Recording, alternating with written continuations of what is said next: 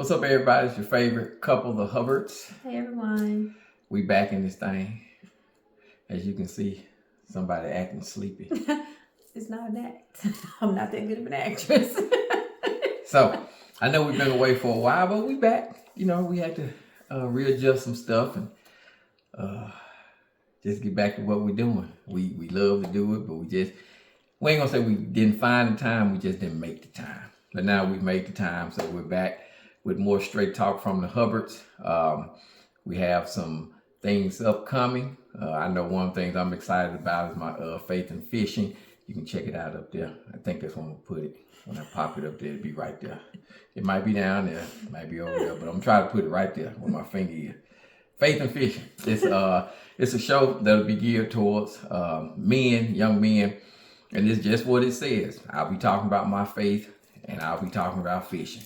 So if you're interested in either one of those two or both of them, tune in. It'll be worth your while. And the kiddos and I will be starting our series, Baking and Bonding.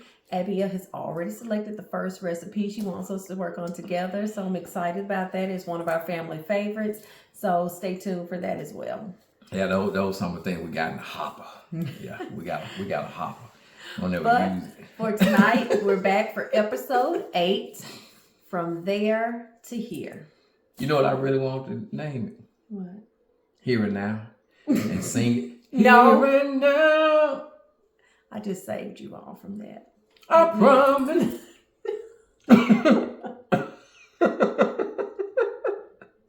To love and believe. That's not your gift, baby. Yeah, nah, I know. Not I your heard gift. myself sing one time. I started crying.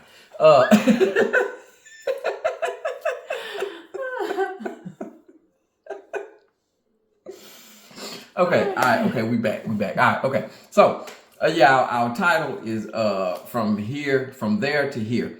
We forgot to make sure you subscribe and share. Yes. I'm gonna put that up there, I think. Or Somewhere. down there. Yeah, it'll be on the screen somewhere. But make sure you subscribe and share. So, back to it. From There to Here.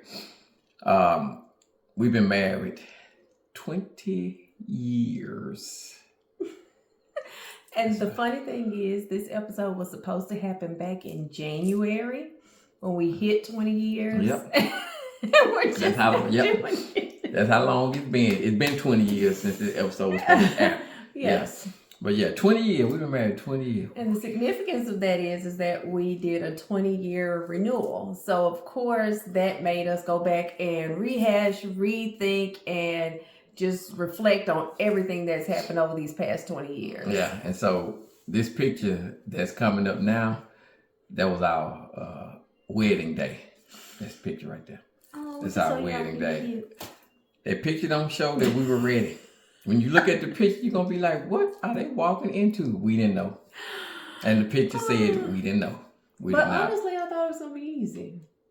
I didn't know if it was gonna be easy, but I didn't know it was gonna be what it has become. You know, In my mind, it was going to be so easy because we were best friends. We already shared everything with each other. And so now it was just going to be like, now we get to live together. And we have to Right. be together all the time. And I was naive. It was not easy at all. nah, it wasn't. It wasn't at all. Look at the picture. The picture tells you. Look at the picture again. One more time. Look at the picture. Look at our facial I guess expression. subliminally my mind knew. Man, we and that's one of the reasons why we started this show was to help married couples to the pitfalls and stuff that come, because growing up I didn't know what a marriage was. I ain't gonna even lie. I didn't see one, a healthy one. I didn't know what it was. I didn't know the role of a man, the role of a woman. Most of the men I saw looked like they wanted to do something other than be married. Most of the women that I saw was never with their husbands. So we didn't know. So it messed us up going into that. Like, what are we supposed to do? You know? And though his parents were not in the household together, my parents were, but I still can't necessarily describe that as a healthy marriage. And so in my mind, so long as I do the opposite, I'm going to be great at it. Right. I was wrong. And if I do something, just something, you know, I don't know how rubbing sticks together trying to make it work. I don't know, but we here now. That's where we were, which was there, and now we are here. So check this picture out. Look at this picture. That's from the renewal. That's the renewal picture. Look how happy we were and excited. Woo! 20 years. So what got us here? So the first thing that got us here is realizing that we are on the same team. Yep, that's the best thing you can do in your marriage. Realize you are on the same team. When you said I do, you did. You are with God, now y'all on the same team. You and I, T.Y. You and I, T.Y. And that was complex for us starting out, especially when it came to family. Yep. Because he comes from a family that is extremely close and extremely bound together and extremely tight. And I came in as an outsider, and I was made to feel like an outsider. But I don't think he understood. I did not. How I was feeling. And it took moving out of state for several years. Yep, several years. Coming back and still having those inner battles within those relationships for him to finally see that I don't feel like I'm a part of this team. I'm a sub. Right. You know? Yeah, she. Who knows what you're about to say? Yes. Okay, you What threw you me think I out. was gonna I don't say? know, but you threw me out with that one. I ain't know you about to say you was a sub. But you was still on the team if you was a sub. You should have been a starter though. Yeah. Yeah, you should I have should been a have starter. been in the start. Right. Like I was like a replacement player. Like Yeah. you know. So. And we got that worked out. We all good, you know. I think it took a minute for me to realize that this is my wife. And when God said love her, protect her, provide for her, I didn't fully comprehend and understand all of that. And it took some time. It took too much time, to be honest with you, to finally realize that that's what I was supposed to do. But I did realize it, and 20 years later, no, it didn't take me 20 years. But the crazy thing for me is that he always has to like talk me down because I would act a complete and utter fool about Raphael Hubbard. Don't mess with Raphael. Right. You can say some stuff about me, but don't mess with him. I would act a complete fool. Yeah, so I just didn't understand why he didn't act a fool about me. Yeah, that just went in my wheelhouse to act a fool. I mean, I act a fool. still do it today. Yep. Don't let that sweet face and that mild talking fool you. Hubbard is hood. She's so hood. But only if I have to be. I almost went in the song. I don't know what wrong with me going to song. I get Stop going to church singing. tonight. That's not your strength. I know going to church tonight hearing them singing make me think I can sing. They But sound you so can't, good. baby. You Okay. can't. They did sound really, They really did. awesome, but Yeah. that's not you, baby. Yeah. So realize that you are on the same team, okay? Understand that you and your spouse, you are one. There is no she's over there. No, we are one. Mm-hmm. That's the way God designed it. That's the way Jesus established the church. He is the head of the body. That's one. And so that's how we are. To death do us part. One of us loses, we both lose. Yep. Because if I'm unhappy, he's going to be in an unhappy home. Yep. And if he's unhappy, I'm going to be in an unhappy home. Yep. There is no winning when you are trying to be on separate teams. When you realize that you are one and you're on the same team, it makes your life so much simpler and happier. It does. And I ain't with that whole happy wife, happy life. I don't buy into that. I don't. That may be it. We'll shoot that for another episode. But yeah. All right. I'm not going to say it. Do what I. I ain't going to mess up my good thing, nothing. No, okay. Nothing. So let's move on. Let's move on. All right. So the next thing is how we're here 20 years later. What we've learned over our 20 years of marriage is that you got to be quick to forgive. You must be quick to forgive. Ephesians 4:32 teaches us that we are to be tenderhearted, that we are to be kind one to another, forgiving one another, even as Christ has forgiven us, or even as God has forgiven us for Christ's sake. We got to be quick to forgive. No reason for me not to be able to forgive my spouse. And that's not to say that when I do things, I'm planning ahead. Ooh, I can't wait to make her mad at me and get her upset at me. No, that's not what it is. Married, there will be instances where you may sin against your spouse, say something that you didn't mean, say something that you did mean, whatever the case.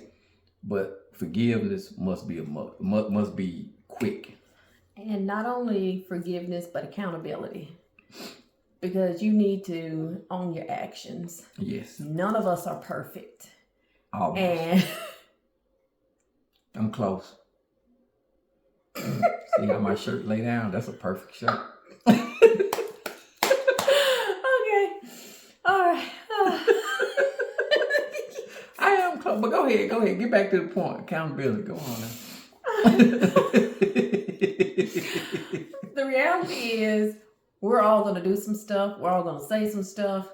Own it. Yeah. Accept it. Be accountable for it. Apologize for it. And be ready to move on. Right. And let that person know it's not okay for you to just know it within you that you're wrong. Right. You're going to have to say, hey, I've wronged you. This is the thing that I've done, and I'm sorry for that thing. You know, it sure makes that quick to forgive easier. Yeah, and I'm gonna talk about me. I'm gonna let her talk about her. So about a month ago, we was at service, and I was looking good in my maroon suit, ready to go preach, you know. And Breen was like, "What's them stains under your sleeve, under your arm, right there?" I like, it's probably from where I sweat. And she was like, "You knew that was there and you wore it?" I was like, "I ain't think nobody was gonna see it." And she was like, "Nah, you need to take that off because that don't look good." You know, I ain't got mad at her. I ain't got mad. I like, and you know, and I was like, but why would he wear it? Number one, number two, because I look I'm trying good in to it. tell you. I look good So in why that you suit. mad at me? Cause and that's the thing. I don't know why. I had no all she was trying to do was look out for me. But I had to be accountable, and it was like 2 minutes later I came back and I said, you know, I'm mad at you because you had told me about my suit, but I don't know why. And we laughed. I told him, I know you were, Right. but I don't care. Already forgiven because I already laughed about it. Yeah, we laughed and I went up and preached and we had a good day in the Lord. So, but yeah, I again, accountability. That was on me. That a lot of times we shouldn't have to wait for our spouses to come to us to tell us. Now we'll say this don't mean don't go volunteering information. Don't be like when you ask your spouse why are you mad at me and they say you know, don't you start saying well yeah I did. They like that ain't why I'm mad at you. I learned that back in Georgia. Nope, I said something. She like, that ain't why I'm mad at you. But you I are was not. then. Right. So nope, if you don't tell me, I don't know. I'm gonna plead the fifth. Don't go volunteering yourself for stuff. No, let her tell you. And then when you hear it, be like, you know what? I was wrong in that instant. I apologize. So which leads to number 3. hold on, you ain't talk about your about how you don't What? forgive. Even though you're supposed to, and you're like, no, you're not It's getting not no. that I don't forgive. No, my bad. I just don't like to say it. Right. Now, you just tried to glide right on over it. I done told you my embarrassment, but you're going to try to keep yours. I am very stubborn. It is very hard for me to say, I forgive you. Sometimes, not all the time, most of the time. Right. It's very hard for me to say those words. I don't know why. Gina Archer. Because I lost. Gina Archer. But that goes back to the same team. Yep. Right. So, you know, so even after 20 years, petty behavior still pops up. I like that. Petty behavior still pops up. We need to put that on the shirt. All right, so let's move. I just wanted to make sure you threw yours out there because it may seem like I'm, you know. Quick accountability and quick forgiveness comes from healthy communication. Yes, you gotta talk. And if anybody knows me, I love to talk. It doesn't mean you have to talk a lot. That's not healthy communication. No, it's not. It doesn't mean you have to talk a lot. It's not, but I love to talk. But those are things that are important to you. You need to make sure to communicate those things. We like to think that after so many years that our partners, our spouses are mind readers. He's not. And for some reason, I've become very forgetful. So. Yep, me too. And it's bad when both of us forget. We get in the car and we be gone. Where we going? I don't know. I thought you had somewhere to go. No, I thought you had, I don't know. The kids in the back, they just back there grinning and cheesing. They don't know where we going. Why are we even in the car if don't nobody know where we going? No, it ain't got that bad though. It's close. But, and we were talking that communication is not always verbal. It's not. communication also comes through your actions. Yep. Your actions can communicate so much. And so, now, I already told you I'm crazy about my husband. So, I'm going to say some things, but y'all don't go put him on blast.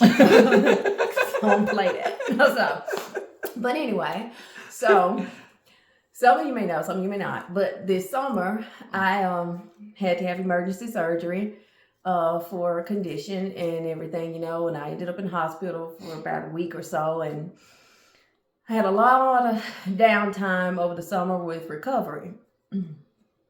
And I felt that my husband's actions communicated to me that he didn't care how I was feeling.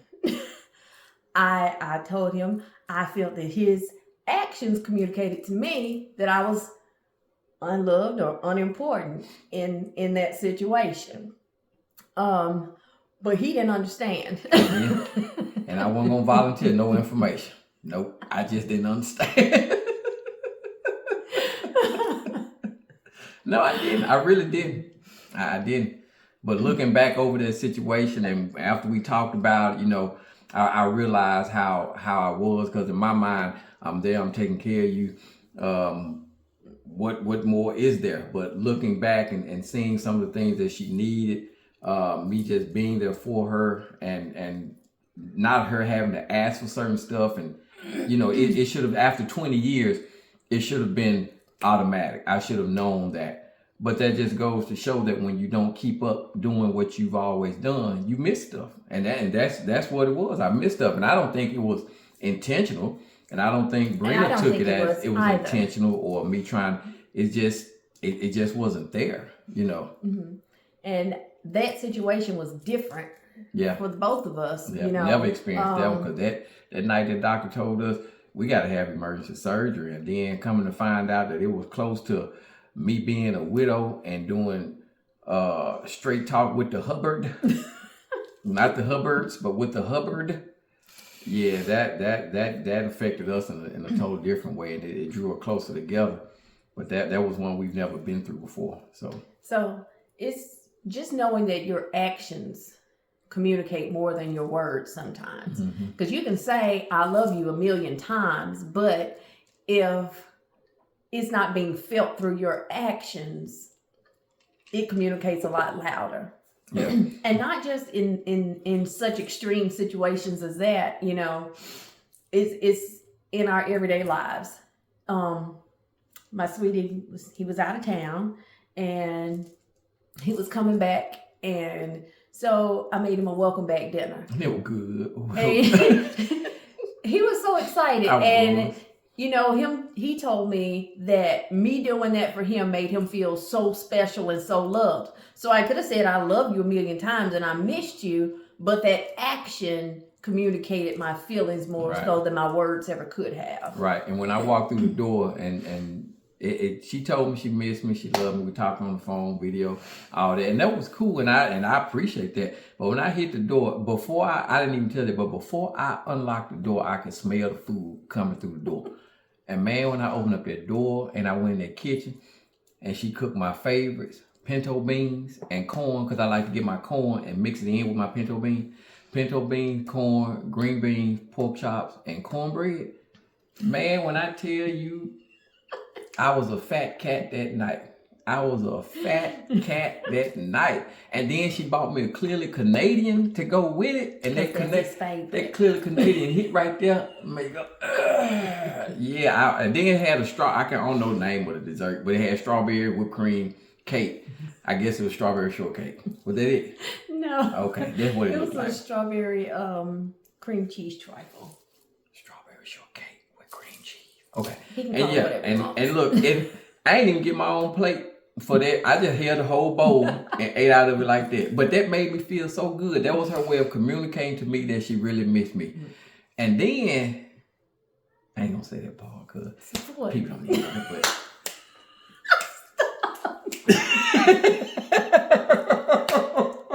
You're the worst. See, she's not gonna do that, but hey. Boy. But you gotta have communication, whether verbal or non-verbal communication needs to be there. And one thing we we talked and we were like, we don't talk about nothing. Like we really had got mad because like we don't talk about anything, but but our life revolves around going to church, going to work, and our children. Yeah, that's what our lives revolve around. Yes, and when we found out that that's our life, then that's what we talk about. And there's nothing wrong with that. There's no need for us to introduce politics. I don't follow that like that. She watches it, but I don't. It's just like me coming to her telling her about fishing. No, she don't. And I don't need to have that conversation. Y'all tune in for Faith and Fishing right there. Bam, you see it, Faith and Fishing. I may or may not. I'm gonna be honest. Yeah, but it's coming, Faith and Fishing. But I'm just saying, whatever you deal with in life, that's what you talk about. You can pick something and say, hey, let's look at this and let's start talking about this. But if it's not natural or not a part of your life, the conversation ain't gonna be worth nothing. Because when we go out, we say, we ain't gonna talk about our kids tonight. What we end up doing? Talking about kids. We ain't gonna talk about nothing about church. What we do? Talk about church. We ain't gonna talk about work. What we do? Talk about work. We both educated. What you think we're gonna talk about? These little bad kids running around, ain't listening to nobody. That's what we talk about. Okay? And if your kid in my room, that's what I talk about. And we used to like watch some shows together, and we would have that to talk about, but he gets me behind on all my shows. I do. So I do. And then I come in the bedroom and be like, what happened? It's 12 episodes in. I ain't been there since the first one. What happened? Who is that? It irritates me so bad. Now, why is she over there? I thought they weren't together nobody. And I realized when I leave, I'll be like, dog, I'd be mad too. But she quick to forgive me though. So yeah. All right. So moving on. Something else we learned over this time, you got to give each other space. Yes. Yes, you are married, you are connected, you are joined together. But if your relationship is going to be healthy, you must allow space. That space means you for you and you for you. It's not to say we not on the same team. She has different interests than I do. Yeah. And in order for the relationship to be healthy, you have to do those interests. And it's not like something that was just created before when we got married. Even though you may develop an interest after the fact, but you still have to give each other that space to be individuals. Mm-hmm. So I'm gonna ask y'all, and the first person get this right, I'm gonna give you You ain't got no. See, she just blocked y'all bless. She just blocked y'all bless. I was gonna, you know what? Mm-hmm. But I'm gonna ask a question anyway. Tell me something y'all think that I like to do before Brittany and I got married. Everybody else fishing. Fishing. Just in case you didn't know, fish. Everybody else. Right? So it would be unfair for us, once we get married, to have to say you can't do fishing. Right? You can't do fishing. Knowing that was a passion of mine before. Now, I get it, because if I could, I would go fishing every day. He does just about every day go fishing. He literally does. I don't even know why you said that, because he literally does. We got a little pun in the neighborhood. But I'm saying, but the whole thing is, I do realize I got an obsession with fishing. But I have learned how to not let that interfere with us. Now, there have been some times where I have let that interfere. But I have learned that even with that being a passion of mine, I can't let that consume our relationship. So you got to give each other space. She likes to do her thing. I like to do mine. But there's nothing wrong with that. That's a part of healthy communication. And not only giving each other space to be individuals and to do your individual things, but giving each other space to feel your feelings, which was not his strong suit, because You wasn't there? That's not a strong suit of yours, giving me space to feel my feelings. Oh, I thought you had threw something new in there. I was like, oh, we ain't talking about that. we talk about a lot of stuff. I know, but but a lot of stuff that we talk about, we really don't write this down. We just have like bullet points, 1 or 2 words, and then I thought she had came up with something new, but I got what she's saying. Okay, yeah, give her space to feel like, okay, I'm back now. I'm back. Okay, but go ahead. What were you saying? Oh, because you like to go and talk to me. Well, tell me what it is. Right. What's wrong? Let me fix it. And I just want you to leave me alone. I've gotten better though. You have I've definitely gotten better. Yeah. I need space to process, and then I can come back. Whereas he's just never met a conversation he wasn't ready to have. So. Right. Right. But yeah, that was me, because why you mad? You still mad? You shouldn't be mad this long. And it would just go on and go on. But that would just make me madder. So then it would last longer. It would. And she's stubborn, so she would just yes, use that. because now you pestering me. Right. And in her mind, I was about to start talking to you 2 minutes ago, but now I'm going to hold it for another hour before I say anything. But that just... behavior pops up. Yeah. It just... When disagreements occur, and they will, it's okay. See, when we first got... I told y'all I was perfect. Ain't no reason for her to be mad and upset with me. So when she was, I need to figure out what it is, you know. So I'm perfect. Why you mad at me? I'm Mr. Perfect. But the point is, when you have your disagreements, when you have go to your corners, seriously, give each other space. It ain't the end of the world. I don't think you're about to get a divorce, right? I don't think that's about to happen. And sometimes when he allows me that time to process, I realize it's not even him I'm angry at. Sometimes it's something I've done that I didn't want to take accountability for, that now I need to take accountability for. And, but when I don't have time to process that. And I need that processing time. Everybody is different, but that's the thing that I need. So giving space to feel your feelings, giving space to do your own thing and be your own individual are things that we've learned over these past 20 years. Okay, 2 things real quick. Number 1, I heard you say that I was perfect, because you said no one heard that. You said a lot of times it wasn't even nothing that I done, which I didn't think I did. So I'm perfect. And number 2, what was this? You're like always on me. It's like an attack. Is it a cat? A raccoon? Now you know your mannerisms, so sir. But I had to get that one though. I don't know what it is. Okay, we'll let I that guess go. cats, because you're a cat person. Yes, I know. I love cat. I ain't had one in a long time, but that's another story. Yeah. And then that leads us to praise your spouse. Over this span of 20 years, men, I don't care how hard you try to act. I don't care how tough and how macho you might try to be, or I'm the man and I'm made of concrete. I don't have no feelings. And every man loves to be praised. Every person. I'm talking to the men. Right? Oh, we're talking to everybody. Okay. Every person loves to be praised. They do. Yeah, they do. And I know for me, I love to be praised by Brenda.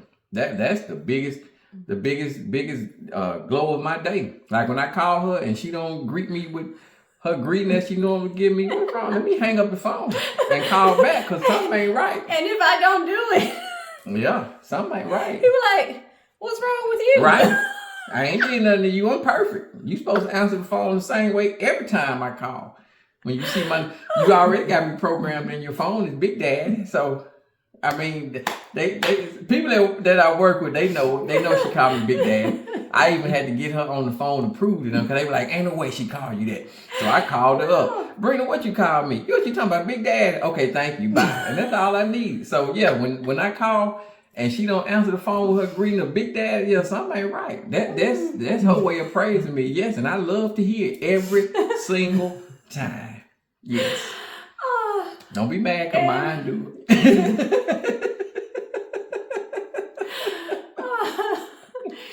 And I used to, because praise is definitely one of his major love languages, and it is. So when he and the boys go get haircuts, whatever, the boys come in, I'm like swooning over there. It's like, oh, look at my baby, he's so handsome, and then he's standing here like, so you don't see me? Exactly. Right. See you. But I see him, but I know I'm just waiting for him to react. Right. Don't do me like that. Don't do me like that. No, but praise your spouse. Tell them how good they're doing. Look, the world is critical enough of everything that we do. Mm-hmm. I mean, it's too critical. They always point out your flaws. They always point out your shortcomings. They always point out your missed opportunities and this, that. So when you go home and your spouse, praise your spouse. Let them know how good they are doing. I ain't say they do everything good, but it's something. Yep. It is something that they do. That's good. Something. I don't care if it's sweeping the floor. Ooh. Wait a minute now, because he know that cleaning the house, I love when you clean up. Now. Right? I send them pictures like if I wash dishes or clean the counter. And he sent that picture when I walk through that door. You already know it. But yeah, that's... I love that. Don't mess up and clean up.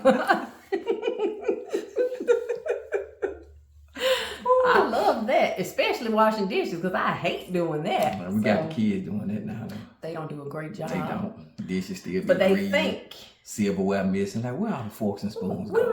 We down about 5 forks. Right. Where are the forks go to? Abigail don't eat none, so we know she ain't using no fork and spoon. Where they going? Well, Junior was throwing the dishes up on top of the cabinets Right. and hiding the dishes Right. so we wouldn't have to wash them. We don't know. Mm. But yeah, we got off top. Look, because that was like we needed Scooby-Doo and them to come figure out that mission, like where the forks and spoons going. They throwing my stuff in the trash can. Yeah, it's missing so they ain't gotta wash dishes. That's okay. We're gonna buy some more. You gonna wash me? You cannot put them in the dishwasher.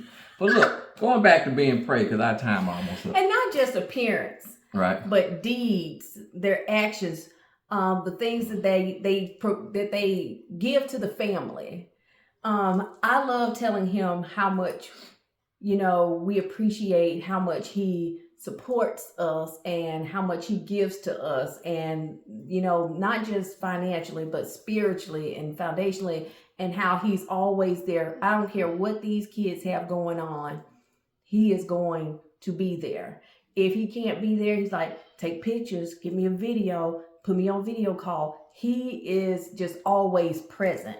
And finding those things that your spouse excels at, even the things they don't excel at, if they got it right today, praise it today. Right. And like I told Brenda, for me, it's the small things that she does for me. She ain't got to go out and do nothing big. Like cooking the dinner when I came home. That was awesome.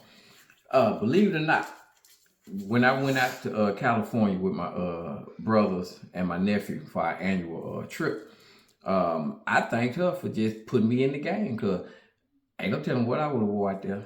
Ain't no telling how bad I would have looked. Not saying bad, but I felt like I belonged this time around. She put me in there with my clothes. That's the small stuff. And I tell her that I appreciate you, doing the small things. It ain't got to be nothing big. It does not have to be. For me, I'm very simple. Just do the small stuff and I'm good. And I tell her that. And like, because I give her them looks some Sunday when I'm done preaching, especially when I know I done preached.